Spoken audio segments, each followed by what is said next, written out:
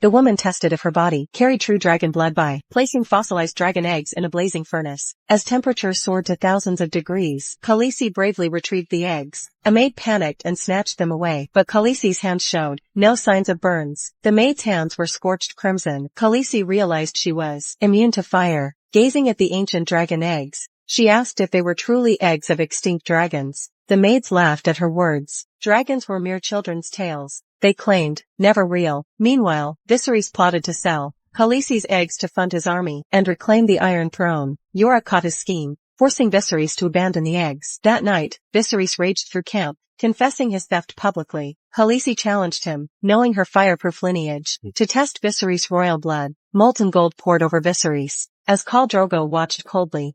Drown for king.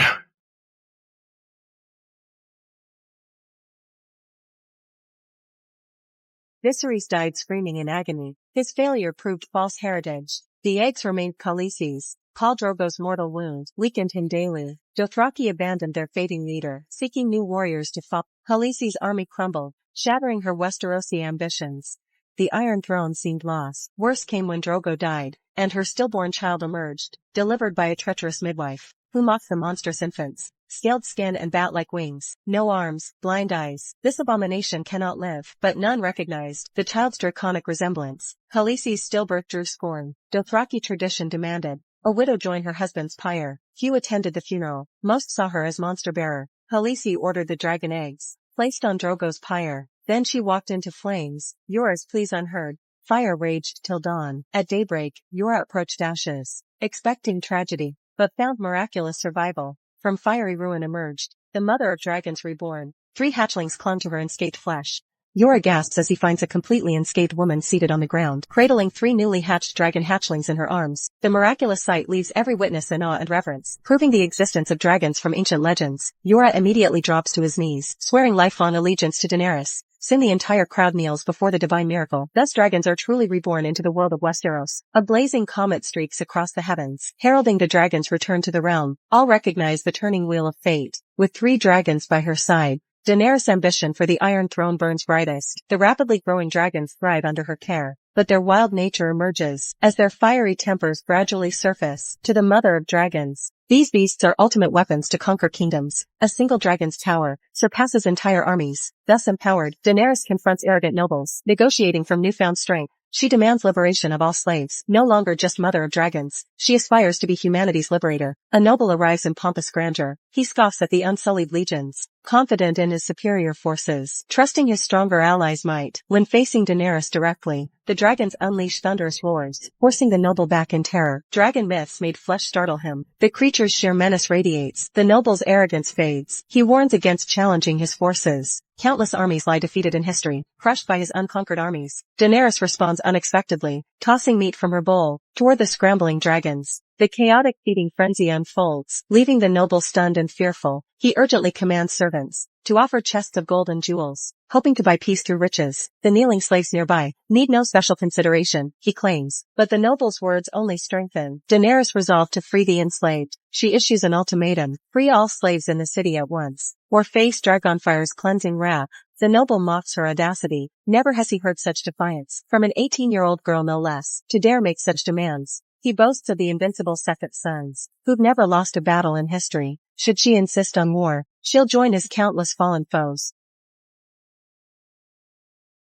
You swore me safe conduct. I did. But my dragons made no promises, and you threatened their mother. Enraged, the noble retorts, if war is her desire, he'll reclaim his offered gold. My gold? You gave it to me, remember? After hearing Daenerys' unreasonable demands, the noble had never faced such humiliation before. He prepared to march and take Daenerys' head. War seemed inevitable. Soon the noble's allies, the second sons, arrived at Daenerys' camp. When their leader saw the young queen, he vowed after defeating her unsullied, he'd claim his reward from her. Before leaving, their captain mocked Daenerys' handmaiden. Daenerys burned with anger at this insult. She decided to send her dragon into battle, but unexpectedly, Daario, one of the second son's captains, was captivated by Daenerys' beauty. The mother of dragons awed him. Before battle could commence, Daario beheaded the other captains, and brought their heads to Daenerys, pledging his eternal loyalty. Thus Daenerys gained an army, Without bloodshed, through sheer charisma, when they saw her 3 dragons, awe filled every heart. They believed her the only woman who could command dragons, to possess dragons, was to hold the world itself. Richel Vasie Enkot Dao. Vite Pagon Dao. Dervi Jerry Sidibilos Dao. Temele Meli Sidibilos. Lomiri Ziri. Mesmagon Bestila. Tolvis Jevis.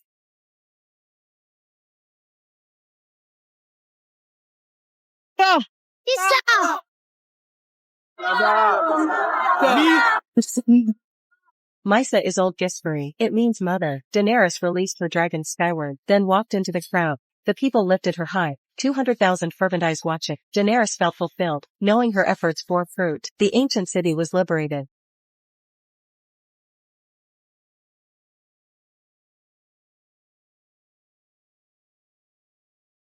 The dragons grew daily, but grew more woeful too. They snapped at her over food. Daenerys realized then, even as their mother, she couldn't tame dragons. Hungry Drogon sought prey, attacking flocks of sheep. Soon after, herders brought charred remains. Daenerys compensated them 3 times the loss, but Drogon kept causing trouble. Days later, another herder came with bones. His 3-year-old daughter. Curious, Daenerys knew Drogon had been missing days, beyond her control now. To prevent the other 2 dragons from causing trouble, Daenerys led them to a dark, damp dungeon, and personally shackled them. Never did she imagine the shackles she'd broken for others would bind her own children. Watching their mother's retreating figure, Regal and Viserion roared fiercely. Daenerys shut the door, fighting back tears. Last season, Dario's surrender helped Daenerys conquer Yunkai with ease, earning her the title Mysa. After regrouping, she marched toward Meereen. A mile marker stood every kilometer, each bearing a crucified slave child. 163 such markers in total. Witnessing this cruelty, Daenerys burned with unprecedented rage. Barristan suggested burying the bodies, but she refused. She needed to see each child's face. Remove her collar before you bury her.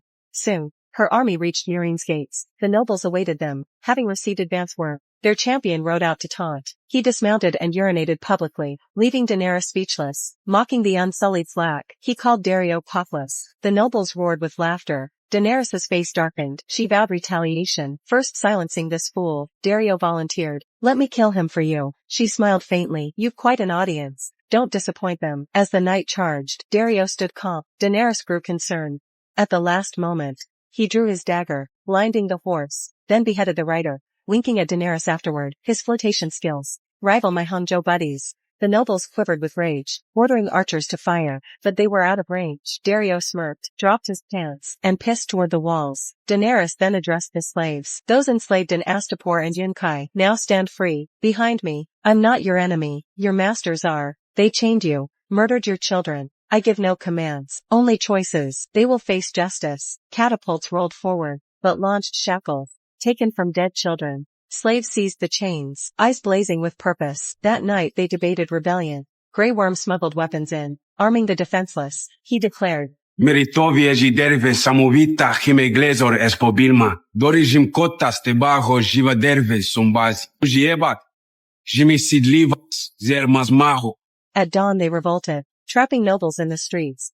He was slain in a flurry of blades, and so, Daenerys once again took Meereen without bloodshed. News then came from King's Landing. King Joffrey had been assassinated. Daenerys now commanded 8,000 unsullied, and 2,000 second sons. Taking the Iron Throne seemed effortless, yet Yora warned it wasn't enough to rule 7 kingdoms, urging her to consolidate power. Moreover, the 2 cities she'd liberated, without unsullied or second sons garrisoned, had fallen back to noble control. Daenerys grasped the gravity. After contemplation, she declared, I won't let those I freed be rechained. I'll not sail for Westeros. I'll remain here, to rule as a queen should. Thus Daenerys stayed in Meereen, for her ambition stretched beyond Westeros, to the entire continent. When new King Tommen's hand Tywin learned this, he drafted Yora's pardon by candlelight. The letter reached Daenerys, aiming to sow discord. Shocked, Daenerys confronted, her most trusted ally being a spy. Summoning Yora for answers, he confessed his crimes. He'd been reporting to Varys, since her wedding to Khal Drogo, and pregnancy with his heir. This intel led to King's Landing's assassination attempts.